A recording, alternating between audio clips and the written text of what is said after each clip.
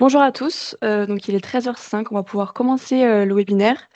Donc tout d'abord merci, de vous être rendus, disponibles. Donc c'est un webinaire qui va porter sur le déploiement, les nouveautés, Gen 2 ainsi que le décommissionnement de Gen 1. Donc je me présente, je m'appelle Cassandre Coupé, je suis alternante en communication chez Eurecam depuis maintenant 1 an et je vais laisser, mon équipe, se présenter. Olivier Collant, donc je suis responsable du pôle déploiement et en particulier de la conception du matériel chez Eurecam. Et moi, donc Bob Arlefaux, je suis chef de projet déploiement. Je m'occupe principalement donc d'installer Broadcam chez les clients en France et à l'international. Et je m'occupe également de la partie formation. Et donc voilà, lors de ce webinaire, on va voir ensemble un petit peu les nouveautés qu'il y a dans la dernière version de Broadcam. Et voilà, donc vous allez découvrir tout ça avec nous. Donc on va commencer cette présentation par définir quels sont les prérequis pour passer en Gen 2. On vous expliquera ensuite le processus de déploiement de la mise en place d'une génération 2 de Broadcam. Bob prendra ensuite le relais pour vous expliquer les principales évolutions sur cette génération 2 et sur les 2 dernières releases de cette évolution. Nous vous montrerons notamment le module PC clinique. Ensuite, nous montrerons les dernières fonctionnalités de la version de février 2025 et nous ferons un point sur les décommissionnements de la Gen 1, c'est-à-dire comment s'organisera la fin de vie de cette première version de Broadcam. Alors, pour vous expliquer quels sont les prérequis de la Gen 2, alors la génération 2 de Broadcam, forcément, est une version qui est basée sur les dernières technologies et nécessite d'avoir du matériel relativement récent. Donc, pour tout cela, les tout premiers PC qui équipaient les tout premiers Broadcam historiquement ne sont plus compatibles, notamment tous les PC qui étaient assemblés, les versions avec unité centrale, avec des ventilateurs. Donc ces versions-là ne sont pas compatibles. Par contre, les versions plus récentes, toutes les versions sans ventilateur, que ce soit les versions 470, un petit peu plus anciennes, ou les toutes dernières générations 475 plus performantes, les deux sont compatibles. Que vous ayez des disques durs classiques ou du SSD, les deux sont compatibles. Bien sûr, les SSD seront plus confortables à utiliser car plus rapides en temps de réponse. Côté caméra, les toutes premières versions de caméra sur les premières Broadcam ne sont pas compatibles avec la génération 2. C'est des technologies de caméra qui ont complètement disparu aujourd'hui et qui ont été remplacées par les technologies USB. Sur les technologies USB, on a 2 types de caméras, des BU130 anciens modèles, qui sont toujours compatibles, mais qui présentent quelques problèmes d'ergonomie au niveau du retour vidéo. Alors ça fonctionne très bien, mais il y a simplement une fluidité qui n'est pas la même qu'avec les dernières versions BU160, qui sont les plus récentes et les plus performantes. Donc là, c'est pour expliquer un petit peu, mettre en visuel les installations qui sont conformes ou pas. Typiquement, tous ces PC que vous voyez, les PC sans ventilateur qu'on voit ici, qu'on voit là sur du Ciebe ou sur du JCE ou sur du Eurobio, toutes ces versions-là sont compatibles. Donc, c'est des versions avec PC fanless sans ventilateur. Par contre, les anciennes générations que vous voyez ici, les vieux PC qui sont en format shuttle, ou alors les vieilles tours classiques là, ne sont plus compatibles avec les derniers besoins de la génération 2 de Broadcam. De la même manière, côté interface, la génération 2 est une version qui reprend toutes les dernières configurations. On a besoin d'avoir sur Chimio une interface une version d'interface V3 qui est préférable si vous faites notamment des essais cliniques. La version 2 de l'interface Chimio est compatible avec la Gen 2, mais vous ne bénéficierez pas de toutes les fonctionnalités. Pour les autres labs, comme EOCare, Asclepios, TimeWise, il n'y a pas de particularité. Pour les serveurs, là aussi, on a besoin d'avoir des serveurs relativement récents. Donc, les vieux serveurs type 2012-2016 ne sont plus compatibles avec la Gen 2. Il nous faut un minimum de Windows Server 2019 avec deux préférences 2022 ou des versions 2025 qui viennent de sortir sont compatibles. Plus on a des versions récentes, mieux c'est pour vous. Leur maintenabilité tiendra plus longtemps dans le temps, tout simplement. Donc, au niveau des performances des serveurs, toujours pas de modification de vCPU, 8 Go de RAM minimum. C'est les mêmes prérequis qui étaient précédemment demandés pour la Gen 1. Ça sera un petit tableau récapitulatif que vous pourrez consulter. Je ne vais pas rentrer dans le détail de tout ça. On rappelle là-dedans les prérequis, que ça soit pour un déploiement from scratch, c'est-à-dire un déploiement depuis zéro sur un centre, ou alors pour un upgrade de Gen 1 vers Gen 2. Pour vous expliquer ensuite le processus de déploiement. Donc, à chaque fois qu'on déploie qu'on doit déployer une Gen 2 dans un centre, on fait une étude préliminaire pour justement déterminer s'il va y avoir besoin d'évolution matérielle, s'il va y avoir besoin d'évolution des serveurs, et bref, si tout votre environnement est compatible avec la Gen 2. À partir de là, donc, il va y avoir des phases qui sont à mettre en place ou pas. Donc, si besoin, mise à disposition de nouveaux serveurs, donc à mettre à disposition par la DSI. Tout ce qui est exprimé là dessiné en vert, c'est des tâches qui sont à réaliser par le centre hospitalier. Donc, des nouveaux serveurs s'il y a besoin, si vous êtes plus ancien que des 2019. Éventuellement une mise à jour d'interface s'il y a besoin également. Et également la validation d'un processus de mise à jour sur les serveurs de test. Si besoin, également une évolution du matériel peut être nécessaire, comme on l'a vu précédemment. Et une fois que tous ces prérequis sont validés, l'intervention se passe sur 2 jours. Un premier jour sur lequel on vient installer, en fait, qui est coordonné entre deux équipes. Une équipe sur site chez vous, qui va être missionnée pour faire évoluer les postes DrugCam Assist, et une équipe à distance qui va migrer les serveurs en version génération 2. Donc tout ça, ça peut se faire sur une journée. En général, la migration d'Assist, c'est 30 minutes par poste.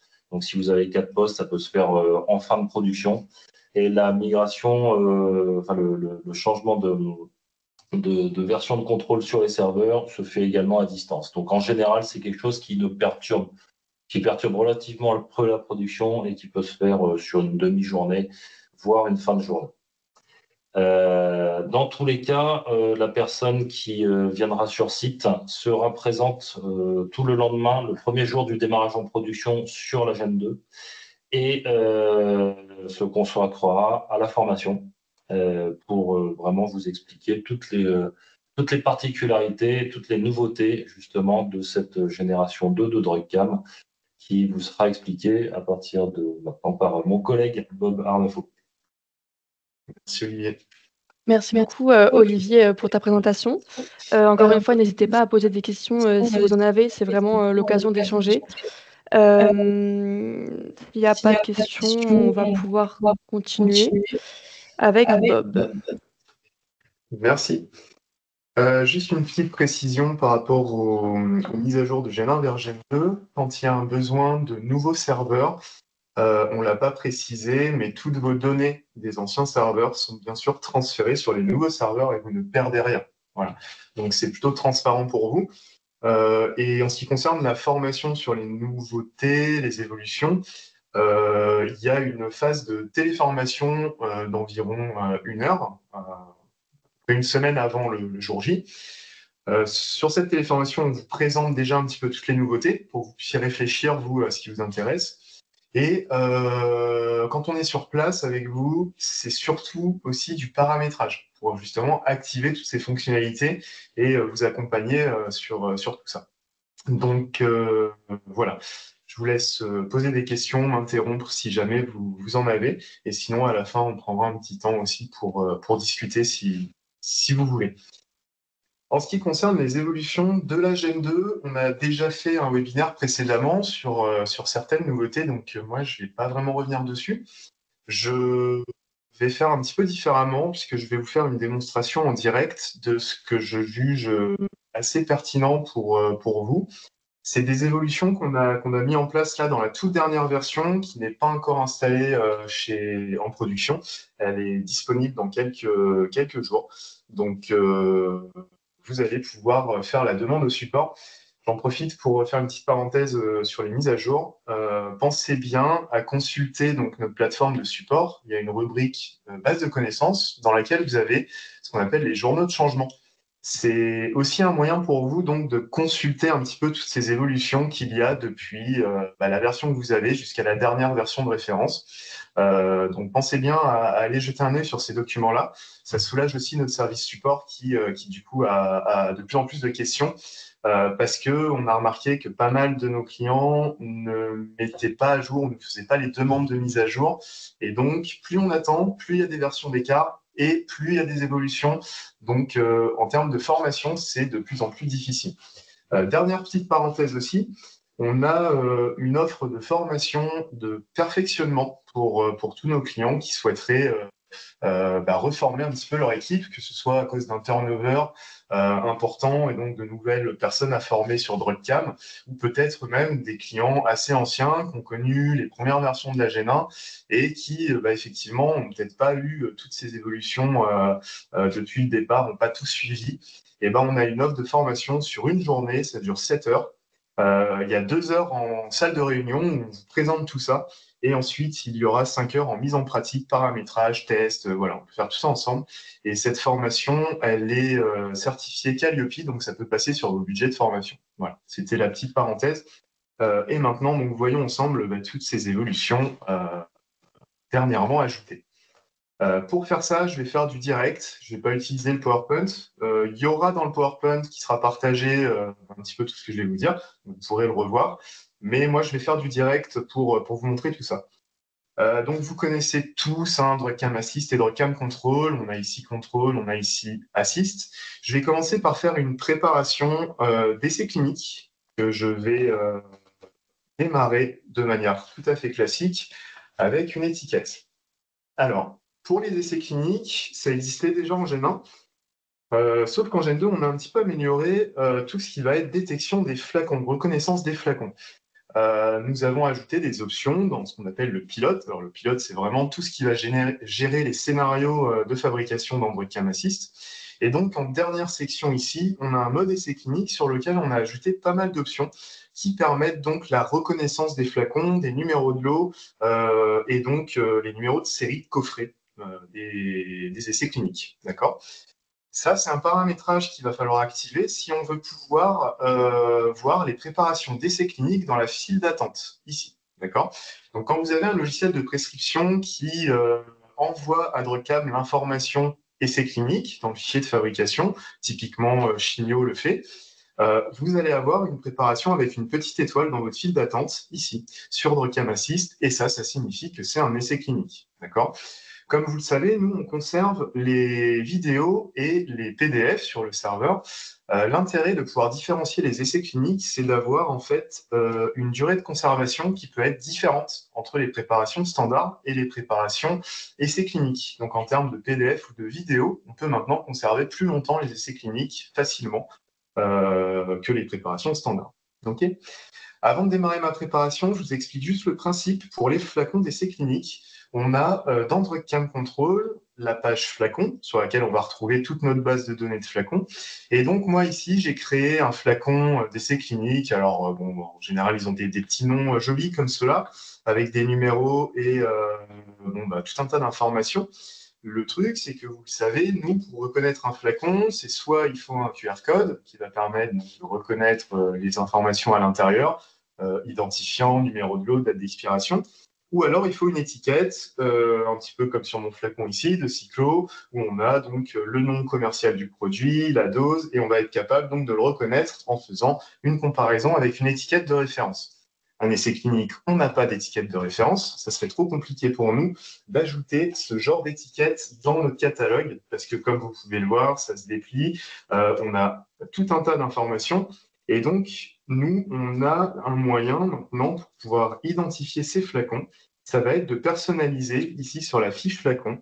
Vous pouvez le voir ici, on a un mode essai clinique qui va s'activer. Et donc, sur la fiche du flacon, on a un champ identification qui va apparaître. Et là, moi, je vais pouvoir paramétrer tous les éléments que j'ai envie de faire valider à la caméra pour pouvoir identifier le flacon. Okay. Alors, j'ai deux exemples. J'ai cet exemple-là avec un flacon qui est vraiment un vrai flacon d'essai clinique. J'ai créé un autre flacon moi-même qui s'appelle Exemple ici, sur lequel j'ai ajouté d'autres informations. Comme ça, vous pourrez voir un petit peu tout le potentiel du module. L'idée, c'est que tout ce que vous allez saisir dans ce champ va être demandé au moment de valider le flacon au préparateur. Le logiciel va lui demander de présenter donc les informations où sur l'étiquette c'est écrit devant la caméra. Okay, donc voilà, vous savez déjà un petit peu maintenant comment on paramètre un flacon d'essai clinique. On va tout de suite démarrer la préparation. Donc je vais prendre la numéro 16, donc le vrai essai clinique. Je vais présenter mon étiquette. Et donc, à ce moment-là, on va pouvoir suivre les étapes tout à fait classiques. Donc là, j'ai une poche, donc je vais valider ma poche. Là, j'ai un ajustement de solvant à faire. Donc, il me demande de le faire dans une seringue de 60 parce que en ma possession, j'ai pas d'autre seringue, j'ai que la 60. Après, c'est la 5. Donc, pour lui, le plus logique, c'est d'utiliser la seringue de 60. Je jette mon solvant à la poubelle. Et donc, on arrive à la vérification du flacon. Et pour ce faire, donc, j'ai une étiquette ici que je vais pouvoir déplier. Donc, sur cette étiquette, il me demande de montrer en premier lieu le numéro d'essai. On va dire que c'est le numéro d'essai. Donc là, je vais pouvoir tout simplement lui montrer mon étiquette devant la caméra. Et donc, il va pouvoir lire les caractères, s'il veut bien. Peut-être que je pense que je lui cache la lumière. Ah, voilà. Hop, on va passer à l'étape suivante. Donc là, il veut voir maintenant le numéro de coffret, par exemple. Ok, donc je vais pouvoir lui montrer mon flacon ici. Et donc, il va être en capacité de lire donc, toutes les informations. Je vais me mettre au bon endroit parce que la lumière n'est pas terrible. Désolé. Hop, le soleil s'est un peu levé. Voilà, ça y est. Et ensuite, on va avoir une dernière partie, voilà, ici, le AR, donc, qui lui est écrit à la verticale pour le coup, et il est également capable de lire à la verticale. Voilà. Donc pour ça, c'est plutôt pratique, hein. Vous avez la possibilité de mettre un peu toutes les informations que vous voulez sur le paramétrage du flacon. Et ça vous permet donc d'identifier tous les flacons maintenant d'essai clinique avec ces informations-là. Donc je vais terminer ma préparation. On va présenter la seringue. Hop, avec le produit. On injecte dans la poche et c'est terminé. On peut terminer avec l'étiquette patient. OK. Alors, ça, c'était donc pour la partie essai clinique. Voilà, vous avez un petit peu vu le principe. On a amélioré dans cette dernière version justement le système d'OCR qui permet donc de lire tous les caractères sur l'étiquette. Vous avez une grosse amélioration, vraiment, c'est le jour et la nuit. Ça existait déjà dans les précédentes versions pour ceux qui avaient peut-être testé. Ça fonctionnait notamment sur la lecture des lots pour les flacons qui n'ont pas de data matrix. Il y avait une option qui permettait de vérifier les lots. Et bon, c'est vrai qu'à l'époque, c'était encore assez lent. On a vraiment amélioré cette partie-là. Donc franchement, là, pour la prochaine version, quand vous l'installerez, je vous invite à tester cette nouvelle fonctionnalité. Donc là, c'est encore un autre exemple, hein, c'est avec un flacon que j'ai créé. Donc là, vous voyez, il suffit juste de lui montrer les parties de l'étiquette où il y a écrit, voilà, moi j'ai rajouté 1 mg par ml, je vais pouvoir contrôler ça. Et maintenant, le numéro de l'eau, voilà, je vais lui faire valider comme ceci. Et donc là, j'ai la possibilité de valider, vous voyez, assez rapidement quand même, 3 informations différentes sur le flacon avec du texte, que ce soit à l'horizontale, à la verticale, de toutes les couleurs, de toutes les polices. Ça fonctionne plutôt bien. Là où on était limité avant, parce qu'il fallait que ça soit absolument à l'horizontale, ça marchait pas très bien quand les écritures étaient dans une police particulière. On s'est vraiment amélioré là-dessus. Donc, je vous invite vraiment à essayer. OK. Voilà pour les essais cliniques. Alors, on va passer à contrôle. Il y a eu quelques petites améliorations aussi en termes d'ergonomie. Donc là, je me suis connecté avec un profil pharmacien. OK. Quand on se connecte avec notre profil pharmacien, vous savez, on arrive sur cette page où on a la liste des préparations qui ont été fabriquées le jour aujourd'hui. On a le code couleur orange et le code couleur bleu. Donc le bleu quand c'est tout bon, qu'il n'y a pas eu d'erreur, qu'il n'y a pas eu de problème, et le orange quand il y a quelque chose à vérifier. Alors là, vous allez me dire, les préparations que je vous ai fait en démonstration, tout s'est bien passé, il n'y a pas eu de problème, elles sont en orange. C'est parce que pour ces préparations-là, comme ce sont des essais cliniques, j'ai décidé de mettre une étape supplémentaire à contrôler, ce qu'on appelle une étape a posteriori. Alors ça existe depuis la Gen 1, mais le module a grandement été modifié sur la Gen 2. En Gen 1, pour faire bref, on pouvait mettre des étapes supplémentaires à checker au moment de la libération, sous condition, c'est-à-dire si c'est une poche, je veux vérifier que la tubulure a bien été purgée, si c'est une seringue, je veux vérifier que le bouchon a bien été mis. Voilà, ça se limitait à ça. Maintenant, en Gen 2, vous pouvez mettre des conditions beaucoup plus précises. Vous pouvez dire, bah, si c'est une prep entre tel et tel volume, je veux vérifier tel élément. Si c'est une préparation d'essai clinique, je veux vérifier tel élément. Et donc, moi, pour le coup, là, comme ce sont 2 essais cliniques, j'ai mis une condition. Donc, si on peut voir ici dans le paramètre préparation, j'ai un petit bouton gérer les étapes a posteriori. Et comme vous pouvez le voir ici, j'ai mon exemple d'extra check pour la condition essai clinique. Et oui, voilà, si c'est un essai clinique, il y aura 7 éléments à vérifier. OK. Donc ça, voilà, c'est un petit rappel d'une fonctionnalité qui existe déjà depuis très longtemps, qui a été améliorée et qui est peut-être pas très utilisée. Je vais vous montrer maintenant là où on peut aller grâce à cette, en lien avec cette fonctionnalité. On a ajouté, comme vous pouvez peut-être le voir, je vais zoomer un peu, en haut du tableau, on a maintenant la possibilité de mettre des onglets. Okay. Alors là, je suis connecté en tant que pharmacien. Donc un pharmacien, il va avoir un onglet tout. Ça, c'est l'onglet que vous avez déjà aujourd'hui, en fait, toutes les préparations. Vous avez un onglet prêt à libérer. C'est un onglet qui va afficher que les préparations en bleu, pour lesquelles tout a été checké par la caméra et pour lesquelles il n'y a plus d'étapes a posteriori à vérifier, soit parce que vous n'en aviez pas paramétré, soit parce qu'elles ont été validées par un préparateur, par exemple. OK. On a un onglet avec les étapes clés à vérifier. Donc là, les étapes clés, pour rappel, c'est quand on est sur une prep, on va avoir sur la gauche toutes les étapes des caméras. Voilà, ça, c'est les étapes clés. OK. Donc, quand on a une étape clé à vérifier, elles vont être, les préparations vont être dans ce tableau-là. Et ensuite, on a un onglet étape a posteriori à vérifier. Et là, je peux voir que j'ai mes 2 essais cliniques. Okay. Alors, ce qui est intéressant, c'est que si je me connecte en profil préparateur, je vais avoir un autre tableau. Alors, j'ai toujours le tableau avec tous les éléments, bien sûr. Par contre, je vais avoir pour le profil préparateur l'onglet étape a posteriori à vérifier uniquement. Parce qu'on a observé certains hôpitaux qui travaillent comme ça.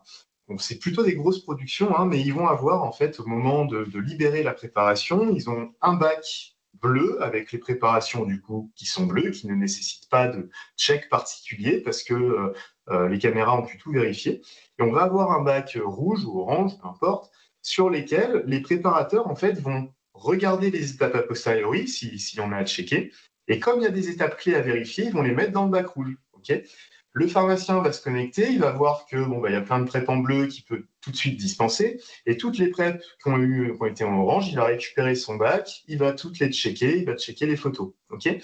Alors, sur ce principe-là, on a eu une demande d'évolution qui était, parce que ça fait beaucoup de clic-clic pour les utilisateurs, et quelqu'un nous a demandé s'il n'était pas possible du coup de prendre directement la poche, d'accord, et de la scanner avec une douchette pour que ça nous ouvre dans Contrôle la page.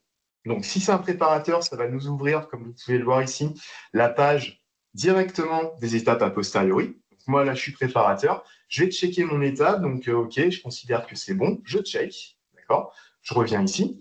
Et donc là, un pharmacien, il va se connecter, il va arriver et en fait, il va voir, lui, que toutes les étapes ont été checkées, la préparation est prête à libérer. Et donc, le pharmacien, lui, il va à son tour scanner son étiquette s'il le souhaite. On peut le faire en cliquant, bien sûr, mais avec un petit scan, ça marche aussi. On va dessus, ça nous emmène directement à l'endroit de la libération. On peut cliquer et libérer. Voilà. Donc ça, c'est plutôt intéressant. Alors, pour ceux qui veulent aller encore plus loin, je vais me remettre en préparateur. Si on veut vraiment pas cliquer, si on a la phobie du clic, on peut même scanner du coup donc une autre préparation. On va se mettre sur la 17. Okay. Je me suis remis en préparateur. Je scanne ma préparation, hop, 17. Voilà, ça me remet sur mes extra checks.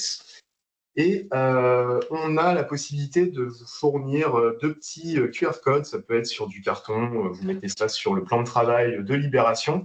Un QR code pour étape validée, extra check validé, ou un QR code pour invalide. Et en fait, quand je vais scanner mon QR code validé, ici par exemple, vous voyez, ça va tout me mettre automatiquement en oui. Alors là, il n'y a qu'une étape, mais si j'en avais eu 10, ça m'aurait tout mis en checké. D'accord. Vous pouvez aussi le faire en cliquant. Mais voilà, ça vous évite. Là, si je scanne le nom, vous voyez, hop, ça me le met à nom, et ainsi de suite. Donc ça, c'est plutôt pratique pour vous.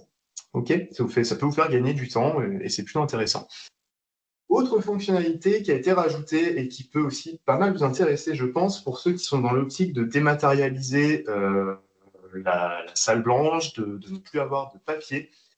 On a rajouté sur la file d'attente un petit bouton. Alors, j'ai plutôt regardé sur celle-ci, puisqu'on a des PrEP qui viennent directement de Chimio, il me semble, ou d'un autre logiciel. De toute façon, c'est pareil. Donc ici, j'ai un petit bouton qui me permet de voir mes flacons prévus. Donc là, j'en ai qu'un. Je peux voir le numéro de l'eau. Ok, donc ça me permet de préparer mon plateau déjà avec les flacons. On peut aussi voir le mode opératoire. Donc, si jamais il y a un mode opératoire avec un filtre particulier ou voilà, quelque chose de spécial, on peut le voir directement ici. Donc, on n'a plus besoin de la fiche papier. Et puis, on peut voir de toute façon après donc l'étiquette patient, la molécule prescrite, la dose, voilà, tout un tas d'informations. Vous nous direz si ça peut permettre de vraiment se passer de fiches de fabrication papier. Nous, on pense que oui. Après, on n'a pas toute votre expertise là-dessus, mais voilà, c'est en tout cas une belle avancée, je pense, pour vous si vous souhaitez dématérialiser. Voilà.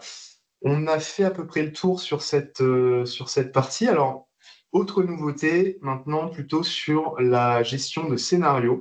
On a rajouté un module qui va s'appeler, alors je vais redézoomer un petit peu, hop là. On a un module, je vais me mettre en pharmacien, qui va vous permettre de générer des scénarios de campagne de reconstitution. Alors, c'était possible avant avec un usage un peu détourné du module ordre de préparation. Petit rappel, module ordre de préparation, vous savez, c'est pour faire des doses standards, en fait, générer des préparations sans logiciel de prescription. Okay, c'était pour générer des préparations tout à fait classiques, soit en poche, soit en seringue, mais c'était des vraies préparations. Il y avait un usage détourné qui permettait de faire des reconstitutions de cyclos à l'avance, par exemple. Cet usage détourné, ça impliquait de créer un faux flacon, un faux conditionnement, de détourner un peu le scénario. On avait les mauvais codes couleurs. Bon, ça fonctionnait, mais c'était pas terrible. Du coup, on a rajouté ici un menu campagne de reconstitution. Vous sélectionnez votre molécule. Alors moi, il m'affiche que mes 2 molécules que j'ai en poudre. Hein. Ici, voilà, je vais lui dire combien je veux en faire. Si je veux en faire 5, et ben voilà, je mets 5 ici. Vous faites créer, et là, ça va vous générer en fait un scénario d'Androcam. Ici, vous voyez, on a un petit flacon qui signifie, enfin, c'est un flacon avec de la poudre, hein, qui signifie que c'est une campagne de reconstitution. Et quand vous démarrez, et ben là, vous voyez, il va vous faire une étape vérification du solvant, reconstitution. Donc là, moi, il va me le demander pour mes 5 flacons ici. Et à la fin, c'est terminé. Voilà. Donc ça, c'est vraiment pas mal si vous voulez faire de la campagne de reconstitution avec DrugCam. Et ben, vous avez maintenant la possibilité de le faire de manière plutôt propre. Et on peut même imprimer une petite étiquette après. Hein, donc ça, c'était déjà possible avant. Imprimer une étiquette qui permet donc de coller et d'avoir un numéro assigné à cette campagne-là. Voilà. Autre petite nouveauté, alors là, c'est pas encore quelque chose qui est utilisé et c'est encore en test, mais ça va probablement arriver très bientôt.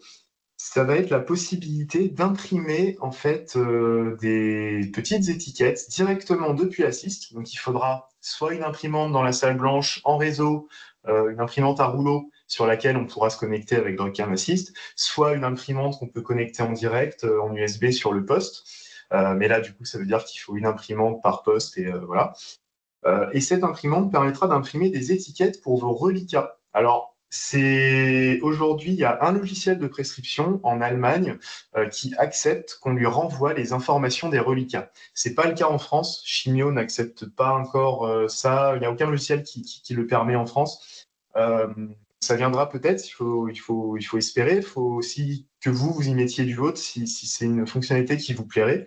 Mais dans DrugCam, voilà, il va y avoir la possibilité d'imprimer des étiquettes pour tous vos reliquats, de les étiqueter. Et en fait, quand vous allez être dans votre préparation, ici, par exemple, un cyclo, vous voyez, moi, imaginons que j'ai un reliquat de cyclo. Et ben, ce que je vais pouvoir faire, c'est ici, ajouter un flacon. Je vais cliquer sur un petit bouton qui me permet de dire c'est un reliquat. Et là, je vais pouvoir activer un mode qui me permet de scanner justement ma petite étiquette que j'ai imprimée. Et donc, en scannant cette étiquette, ça va m'ajouter mon reliquat avec les informations du numéro de lot, de la date d'expiration. Donc, on va calculer à partir du moment où il a été ouvert une date d'expiration par rapport à la stabilité. Et ensuite, donc, ça va ajouter automatiquement votre flacon ici. Vous allez faire votre PrEP et ça renvoie donc dans un monde idéal, évidemment, l'information au logiciel de prescription. Même si ça ne la renvoie pas, ça vous permet d'avoir vraiment des comptes rendus fiables et correspondant à la réalité, tout simplement. Voilà. Donc ça, c'est une fonctionnalité qui est en cours de développement et qui devrait arriver. Voilà. Sinon, pour la gestion des reliquats, en restant plus simple, vous avez la possibilité de définir un volume de reliquats directement avec des boutons rapides, un quart, la moitié, trois quarts, voilà. Ça, c'est à vue d'œil, hein. Vous cliquez, vous voyez que votre flacon est rempli à moitié, vous cliquez à moitié, voilà. Ça peut permettre de correspondre aussi à la réalité. Et voilà, on a fait à peu près le tour. Ah, il y a une petite question. Alors, on a une petite question. Donc, il y a une personne qui nous a dit: Je n'ai qu'un tableau sur l'écran en préparation alors que j'ai bien la même version que vous. Y a-t-il un paramétrage particulier à faire? Oui, il y a un petit paramétrage à faire. Est-ce que vous avez été mis à jour en 2.16, hein, c'est ça? Vous avez été mis à jour récemment.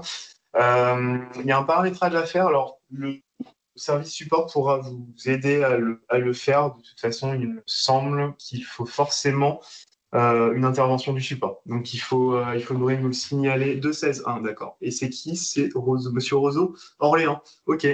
Eh ben, je vais faire monter l'info à l'équipe.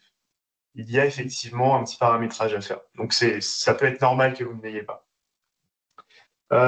Oui, parce que oui, c'est ça. Vous avez connu la 2.15 qui n'avait pas cette fonctionnalité-là, donc il faut l'activer. Voilà. Alors, dernière petite nouveauté pour le coup. Donc là, voilà, c'était pour les nouveautés Assist, hein. On a pas mal de petites choses quand même. Je ne reviens pas sur tout ce qui avait été présenté par Madame Vega lors du précédent webinaire. Il est disponible en replay, hein, il me semble. Donc, si vous voulez le revoir, vous pouvez le revoir. Après, ça n'empêche pas de poser des questions, hein, si vous en avez là. Moi, je vous présente juste la dernière fonctionnalité, qui est un module statistique qui a été intégré donc, dans la version 2.16. Là aussi, ça peut nécessiter une activation, Monsieur Roseau, si jamais vous ne l'avez pas. Ce module statistique s'appelle tableau de bord. Et donc, quand on clique dessus, on va avoir une version gratuite qui sera installée donc dans la 2.16, hein, c'est pour ça que je vous le présente, qui propose donc un certain nombre de statistiques de votre production, donc sur toute la production, hein, depuis que vous avez DrugCam. Ce sont des tableaux qui sont fixes dans la version gratuite, dans le freemium, c'est-à-dire que voilà, nous on vous fournit tous ces indicateurs-là, c'est déjà pas mal, vous en avez pas mal, et il y a une version premium qui va pas tarder à être proposée. Dans cette version premium, vous aurez la possibilité en fait d'avoir des tableaux personnalisés, donc de créer des tableaux sur des stats que vous estimez intéressantes d'obtenir. Nous, on vous fera une proposition si c'est possible et on peut vous activer donc un tableau personnalisé avec cette offre premium. Mais là, dans la version freemium, vous avez déjà tout ça, le tendance du nombre de préparations. Donc ça, c'est vraiment des statistiques par année, hein. Voilà, vous pouvez savoir en fonction de si ça augmente ou si ça descend. Vous avez ici un petit compteur. Donc ça, c'est tout simplement les préparations bleues, orange, en cours. Voilà, ça c'est un petit compteur classique. Le top 10 de vos produits. Voilà, vous savez ici d'un coup d'œil ce que vous faites en top avec DrugCam. La tendance de la durée moyenne des préparations. Donc ça, c'est pareil, c'est par année. Vous pouvez voir si, en fonction de chaque année, vous accélérez vos temps de fabrication avec DrugCam. Le taux d'utilisation de vos postes, ça peut être intéressant aussi. Si vous voyez que vous utilisez peut-être un isolateur beaucoup plus que l'autre, voilà, ça peut permettre de savoir ça. Et vous avez ensuite les tendances plutôt donc par préparateur. Là, c'est vous savez peut-être si quelqu'un travaille beaucoup plus qu'un autre, vous pouvez peut-être manager votre équipe aussi en fonction de tout ça. Le tendance de préparation par service. Donc, par service, vous savez, c'est hôpital de jour, oncologie, enfin voilà. Et ensuite, le dernier, c'est la tendance par molécule. Voilà, ce qu'on a vu aussi un petit peu là-haut avec le top 10 des produits. Là, on parle des spécialités. Là, on parle vraiment des molécules. Voilà. Donc ça, c'est voilà, c'est proposé dans la version classique, gratuite. Je pense avoir fait tout le tour. On a une petite question. Ouais, je vous invite à poser vos questions. Alors, on a quelqu'un qui nous dit: Bonjour, une interface est-elle prévue ou en cours avec le logiciel BP Prep? BP Prep, pas à ma connaissance. Il y a eu je sais qu'il y a des discussions, mais c'est pas, en tout cas dans les tuyaux officiels, nous on n'a pas cette information-là au service déploiement.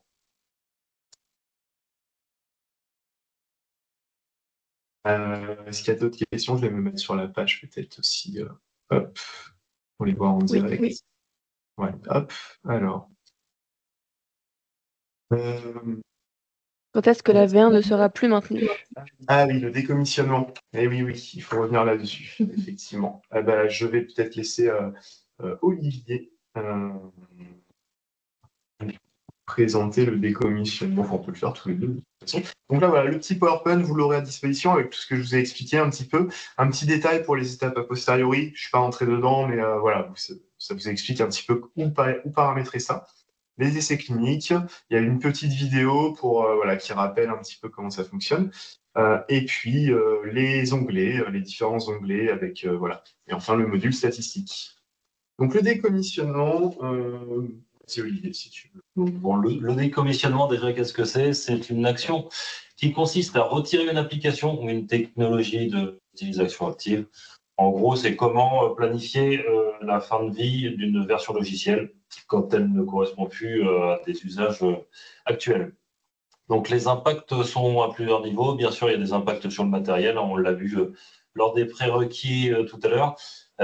Certains matériels ne sont plus compatibles avec la génération 2. Il faut les faire évoluer dans ces cas-là. Ça a un impact également, bien sûr, sur les logiciels, sur les versions de serveurs, sur les services. On l'a déjà vu lors des prérequis. Donc, tout ça, ça a pour but de passer sur des versions qui sont plus récentes, qui permettent d'améliorer, bien sûr, la qualité du service et la sécurité au quotidien. Et je vais vous présenter en quoi ça va consister le décommissionnement de la version 1 de DrugCam. Donc il y a plusieurs volets qui ont des incidences là-dessus. On peut voir là sur 2024, 2025, 2026. On voit typiquement que les évolutions logicielles vont être plus limitées. On va se contenter, pour l'instant, il n'y a plus d'évolution logicielle, il n'y a plus de nouveautés depuis 2024 sur la Gen 1, c'est-à-dire que la version est figée. Les seules évolutions qui vont avoir lieu encore sur 2025, c'est des évolutions qui sont liées au débugage. Alors, le logiciel est fiabilisé, donc des bugs, on en rencontre très peu aujourd'hui sur cette version logicielle. Mais imaginons qu'un bug soit encore détecté en 2025, on le débuguerait. Et ensuite, sur 2026, les seules évolutions qu'on mènera, ce sera les évolutions réglementaires, s'il y a des évolutions au niveau des bonnes pratiques ou autres évolutions réglementaires.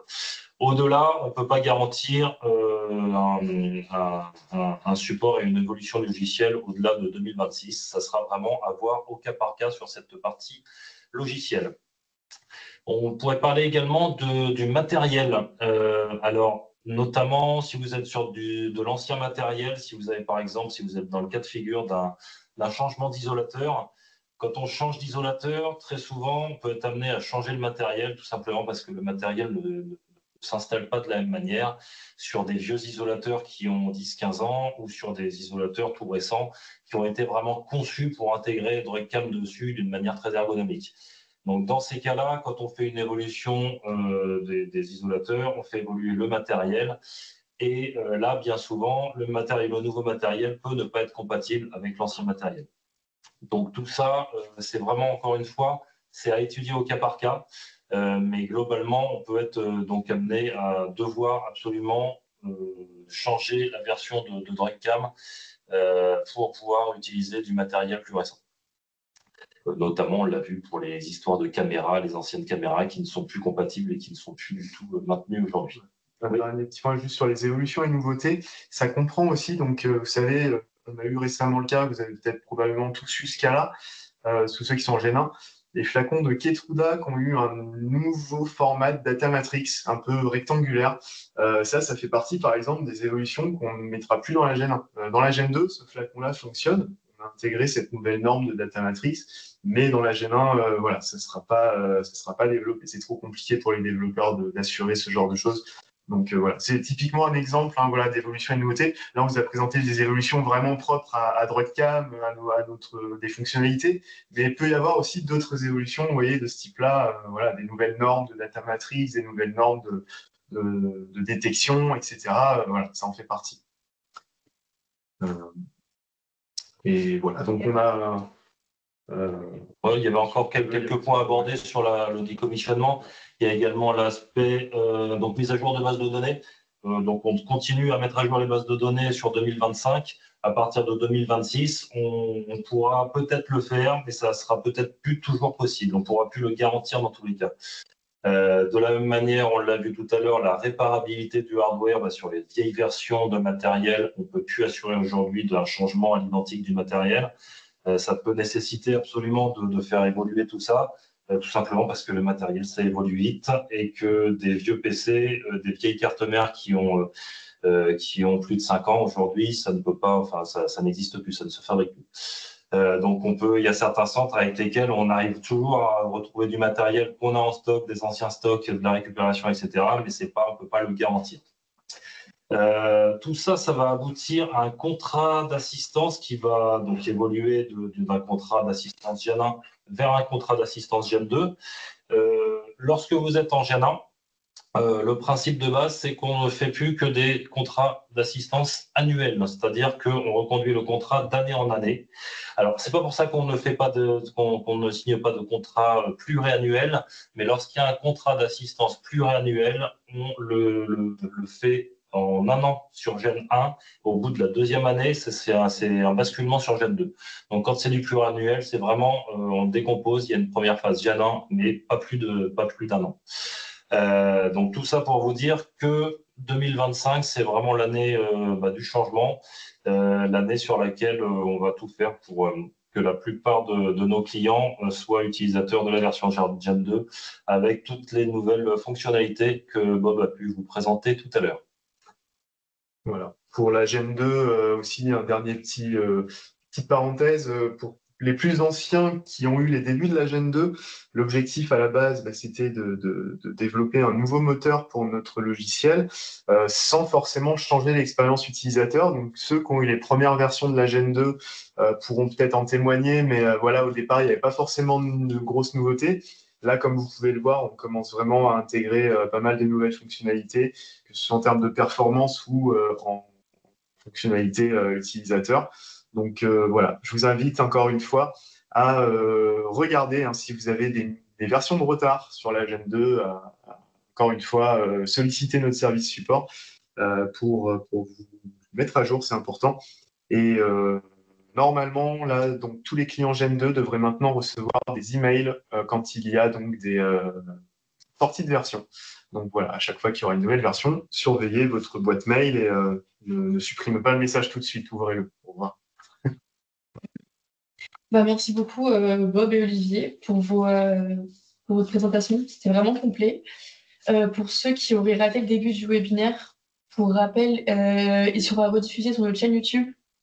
Donc, on vous l'enverra d'ici demain ou début de semaine prochaine.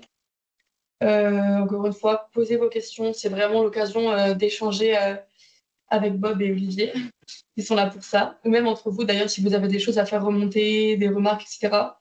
C'est vraiment le moment. Si jamais il n'y a pas de questions.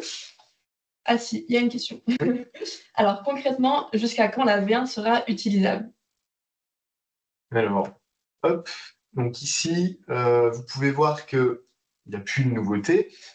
Utilisable, ça veut dire tant que ça fonctionne chez vous, c'est-à-dire que vous n'avez pas un flacon avec un data matrix qui est plus compatible, ou voilà. A priori, jusqu'en 2026, ça ne devrait pas poser de problème. Après, au-delà, ça commence à devenir compliqué, je pense, puisque on n'assurera peut-être plus tout ce qui est non plus réglementaire. Donc là, en termes d'utiliser un outil qui n'est plus réglementaire, ça peut devenir compliqué. Donc la réponse est, a priori, au-delà de 2026, ça devrait être compliqué. Sur 2025, vous pourrez l'utiliser. Sur 2026, vous pourrez peut-être plus bénéficier de toutes les fonctionnalités, notamment la mise à jour de la base de données. On ne pourra plus forcément la garantir. Et donc, c'est plutôt une expérience client qui risque peut-être d'évoluer et de diminuer dans le temps entre 2025 et 2026. Vraiment, le but pour vous, si vous souhaitez bénéficier de toutes les fonctionnalités, c'est la bascule sur 2025 qui sera importante et nécessaire. Merci Olivier. Est-ce qu'il y a d'autres questions? Ah oui. Bravo Bob et Olivier, belle présentation. Les reconnaissances pour les essais sont bluffants. Le dashboard pour les stats aussi, top. Qui c'est? C'est Benoît Delphard. Merci, monsieur Daïfar. Bon, bah, s'il n'y a pas d'autres questions, nous, on en a pour vous. Alors, on a un petit sondage à vous présenter, c'est très rapide. Peut-être une simple remarque déjà pour ceux qui seraient encore en Gen 1, au moins passer sur la dernière version. Oui. Ça, c'est quelque chose d'important à faire. Au moins, vous aurez la dernière version stable, fiabilisée, donc vous n'aurez pas, bien sûr, toutes les évolutions qu'on a vues aujourd'hui, mais vous serez sur une version fiable. Merci à tous d'avoir regardé ce webinaire et on vous dit à bientôt pour notre prochain webinaire qui sera très bientôt. Merci beaucoup. Merci. Bonne journée.